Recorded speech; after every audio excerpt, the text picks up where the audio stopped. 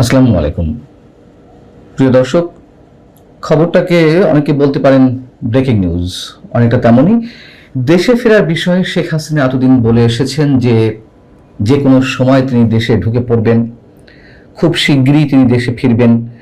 কিন্তু এবার একেবারে টাইম ফ্রেম বেঁধে দিলেন। ভারতের প্রভাবশালী গণমাধ্যম এনডিটিভিকে দেওয়া সাক্ষাৎকারে তিনি জানিয়েছেন যে চলতি বছরের মধ্যেই, অর্থাৎ এই বছরের ডিসেম্বরের মধ্যেই তিনি দেশে ফিরে আসবেন। এর আগে আপনাদের জানিয়েছিলাম যে শেখ হাসিনার পক্ষ থেকে ট্রাভেল পাস চাওয়া হবে দিল্লিতে বাংলাদেশ হাই কমিশনের কাছে, এমন কথা জানিয়েছিলেন শেখ হাসিনার পক্ষ থেকে প্রবাসী একজন আওয়ামী লীগ নেতা, এবং সেই ট্রাভেল পাস চাওয়া হবে 2026-এর 15ই আগস্টের আগেই। কিন্তু প্রশ্ন হচ্ছে যে তিনি কি সত্যি ফিরতে পারবেন, অথবা তিনি নিজে ফিরবেন কিনা, এই প্রশ্ন অনেকের মাঝেই উকি দিতে পারে। এবং তিনি যে মাঝে মধ্যেই বলেন তিনি দেশে ফিরে আসবেন, তিনি দেশে ফিরে আসতে চান, সেসব বিষয়ে কিন্তু আমাদের সরকারের পক্ষ থেকে, বাংলাদেশ সরকারের পক্ষ থেকে কখনোই কোনো মন্তব্য করা হয়নি। যেহেতু এবার তিনি একেবারে টাইম বেঁধে দিয়েছেন দেশে ফেরার জন্য, এক্ষেত্রে সরকার কি বলবে বা কি করবে?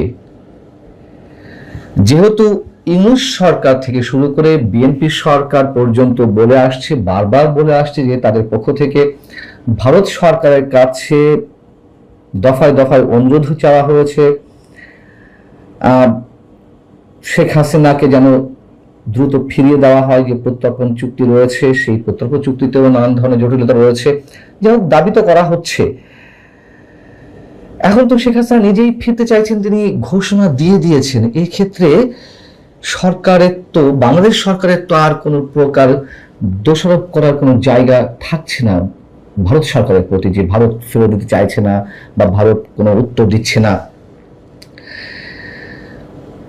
আবার বিএনপি সরকারের সঙ্গে শেখ হাসিনা দেশে ফেরার বিষয়ে কোনো ধরনের গোপন সমঝোতা করছেন কিনা বা করা হয়েছে কিনা, এ বিষয়েও এনডিটিভির পক্ষ থেকে জানতে চাওয়া হয়েছিল।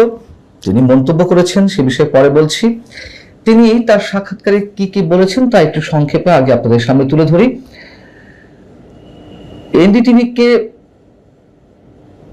ইমেইলে একটি বিশেষ সাক্ষাৎকারে তিনি ঘোষণা দিয়েছেন সব ধরনের রাজনৈতিক প্রতিকূলতা, ষড়যন্ত্র এবং আইনি বাধা উপেক্ষা করে চলতি বছরেই দেশে ফিরবেন তিনি। শেখ হাসিনা বলছেন, দেশে ফেরা তার ব্যক্তিগত কোনো উচ্চাকাঙ্ক্ষা নয়, বরং এটি বাংলাদেশের জনগণের রাজনৈতিক অধিকার, গণতন্ত্র, আইনের শাসন এবং মুক্তিযুদ্ধের চেতনা প্রতিষ্ঠার সঙ্গে সরাসরি জড়িত। তিনি বলছেন যে তিনি মৃত্যুকে ভয় পান না। 1975 সালের ট্র্যাজেডির কথা উল্লেখ করার পাশাপাশি তিনি 21শে আগস্টের ঘটনার কথা উল্লেখ করেন, এবং তিনি বলেছেন যে প্রতিবারই জনগণের পাশে দাঁড়িয়েছেন এবং এবারও সব বাধা অতিক্রম করে তিনি নিজের মাতৃভূমিতে ফিরে আসবেন, ফিরে আসতে চান। এই ধরনের ল্যাঙ্গুয়েজ কিন্তু তিনি ইউজ করেননি, তিনি বলেছেন ফিরে আসবেন। আওয়ামী লীগের উপর নিষেধাজ্ঞা এবং আওয়ামী লীগের যে দলীয় নেতাকর্মী, তাদের নামে যে হাজারো মামলা, সে প্রসঙ্গে প্রশ্ন করা হলে তিনি বলছেন আওয়ামী লীগ কোনো কাগজের সংগঠন নয়, এটি বাংলার মাটি ও মানুষের ইতিহাস এবং জাতীয় পরিচয়ের সঙ্গে গভীরভাবে মিশে আছে। আওয়ামী লীগের রাজনৈতিক পুনরুত্থান কোনো সরকারের দয়ার উপর নির্ভর করে না। 77 বছরের ইতিহাসে দলটি বারবার কঠিন সময়ের মুখোমুখি হয়েছে এবং প্রতিবারই জনগণের শক্তিতে ঘুরে দাঁড়িয়েছে। তিনি অভিযোগের সুরে বলেন, কিছু বাংলাদেশ বিরোধী শক্তি ষড়যন্ত্রের মাধ্যমে জনগণের একটি অংশকে বিভ্রান্ত করে ক্ষমতা পরিবর্তন করেছে, কিন্তু মানুষের হৃদয় থেকে আওয়ামী লীগকে মুছে ফেলা সম্ভব হয়নি। আওয়ামী লীগকে মুছে ফেলা সম্ভব হয়েছে কি হয়নি সেই বিতর্কে না গেলেও তার এই অংশের প্রথম বিষয়টি তো একেবারে চরম সত্য, যে দেশের অগণিত মানুষকে, লাখ কোটি মানুষকে বিভ্রান্তির মধ্যে রেখে এই আন্দোলন অর্থাৎ 5 আগস্টের যে গণ আন্দোলন সেটিতে যারা নেতৃত্ব দিয়েছিলেন তারা প্রতারিত করেছেন। মুক্তিযুদ্ধের স্লোগান ব্যবহার করে, বঙ্গবন্ধুর নামে স্লোগান দিয়ে পরবর্তীতে আমরা দেখলাম যে শেখ হাসিনা সরকার পতনের পরপরই তাদের একেবারে স্বরূপে ফিরে এলেন। এবং মানবী যদি বুঝতে পারতো যে এই শক্তি আসলে কারা, ডিপ স্টেটের হয়ে স্বাধীনতা বিরোধী শক্তি এই আন্দোলনের নেতৃত্ব দিয়েছে, নিশ্চয়ই এত মানুষ অংশগ্রহণ হতো না। খুব স্বাভাবিক, মানুষের ক্ষোভ ছিল, মানুষের ভিতরে ক্ষোভের দানা ছিল আওয়ামী লীগের সময় যে অপকর্ম বা অন্যায়গুলো হয়েছে। কিন্তু তাহলেও যখন বুঝতে পারতো যে একটা বিশেষ ষড়যন্ত্রের মাধ্যমে সরকার পতনের আন্দোলন, এটি স্বাভাবিকভাবে সরকার পতনের আন্দোলন হতো নিয়মতান্ত্রিক উপায়ে, সেটিও হতে পারে, যে কোনো রাজনৈতিক শক্তি করতেই পারে, কিন্তু এর ভিতরে যে একটা সূক্ষ্ম গভীর ষড়যন্ত্র সেটি মানুষ নিশ্চয়ই বুঝতে পারেনি। যাই হোক, শেখ হাসিনা বলছেন ওই সাক্ষাৎকারে যে 5 আগস্টের পর বাংলাদেশের মূল ভিত্তি জাতীয়তাবাদ, গণতন্ত্র ও ধর্ম নিরপেক্ষতার উপরে আঘাত হানা হয়েছে। এটাও চরম সত্য কথা। এই কথা যেই বলুক না কেন তার সঙ্গে আমরা একমত পোষণ করতে চাই। তিনি বলছেন মুক্তিযুদ্ধের স্মৃতিচিহ্ন ধ্বংস, জয় বাংলা স্লোগান নিষিদ্ধ এবং সংখ্যালঘু ও সাংস্কৃতিক প্রতিষ্ঠানের উপর হামলা বাংলাদেশকে একটি ব্যর্থ রাষ্ট্রে পরিণত করার অপচেষ্টার অংশ। যেটি বলছিলাম যে বিএনপির সঙ্গে কোনো ধরনের গোপন সমঝোতা হয়েছে কিনা তার ফিরে আসার বিষয়ে, সেই বিষয়টি তিনি একেবারে নাকচ করে দিয়েছেন এবং এই ধরনের একটা গুঞ্জন তো রয়েছে, সেইগুলোকে তিনি সব অ্যাভয়েড করে তিনি বলছেন যে প্রশ্নই ওঠে না। আওয়ামী লীগ কারো রাজনৈতিক দয়া চায় না, গণতন্ত্র এবং জনগণের ভোটাধিকার কোনো গোপন দর কষাকষির বিষয় নয়, এগুলো সাংবিধানিক অধিকার। এই জায়গায় এসে অবশ্যই অনেকের কাছে একটু খটকা লাগতে পারে, এটি চরম বাস্তবতা, যে তিনি তো খুব সহজে ফিরতে পারবেন না। যদি প্রথমত বলি যে তার বিরুদ্ধে যে মামলা রয়েছে, তার বিরুদ্ধে যে মৃত্যুদণ্ডের রায় হয়েছে, সেটাকে তিনি মাথায় নিয়ে ফিরতে পারেন। তার কারণ তিনি দেশে ফিরে এলেই তো সঙ্গে সঙ্গে তাকে ফাঁসি কাস্টে ঝুলানো হবে না, তাই না?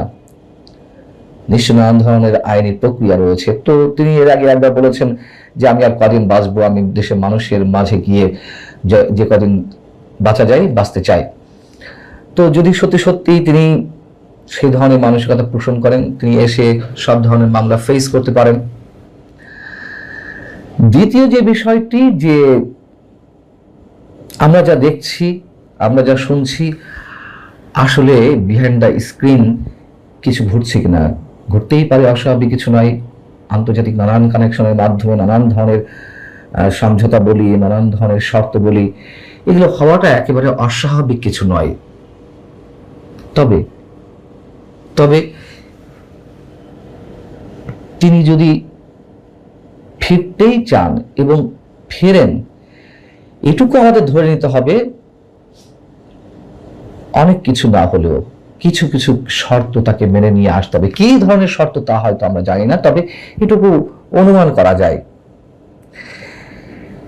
এবং তিনি দেশে ফিরে এলে নিঃসন্দেহে আওয়ামী লীগের নেতাকর্মীরা অনেক বেশি উজ্জীবিত হবেন। একথা আবারও বলি, বারবার বলি, ডক্টর ইউনূস সরকারও চায়নি শেখ হাসিনা দেশে ফিরে আসুন। যতই বলা হোক যে ভারত সরকারের কাছে আবেদন জানানো হয়েছে, ঠিক একইভাবে বিএনপিও যত বলুক যে ভারত সরকারের কাছে আবেদন জানানো হয়েছে, আমার মনে হয় কেউ সত্যি সত্যি চায় না শেখ হাসিনা দেশে ফিরে আসুক। এমনকি এনসিপি যে নেতারা, যারা গণ আন্দোলন বা অভ্যুত্থানের নেতৃত্ব দিয়েছেন, যাদের রাজনৈতিক পুঁজি এখন শেখ হাসিনা এবং ভারত বিরোধিতা, সেই তারাও চান না। এটা মোটামুটি আমি স্পষ্ট করে বলতে পারি, আমার মনে হয় যে তারাও চায় না দেশে ফিরে আসুক শেখ হাসিনা। তারাও জানে শেখ হাসিনা ফিরে এলে কি হতে পারে। অতএব যেগুলো দাবি করা হয়, যেগুলো বলা হয়, সেগুলো শুধুই বাগাড়ম্বর। যেহেতু তিনি ঘোষণা দিয়েছেন এই বছরের মধ্যে ফিরে আসতে চান, আমার মনে হয় এটি একেবারে হালকা কোনো বিষয় নয়।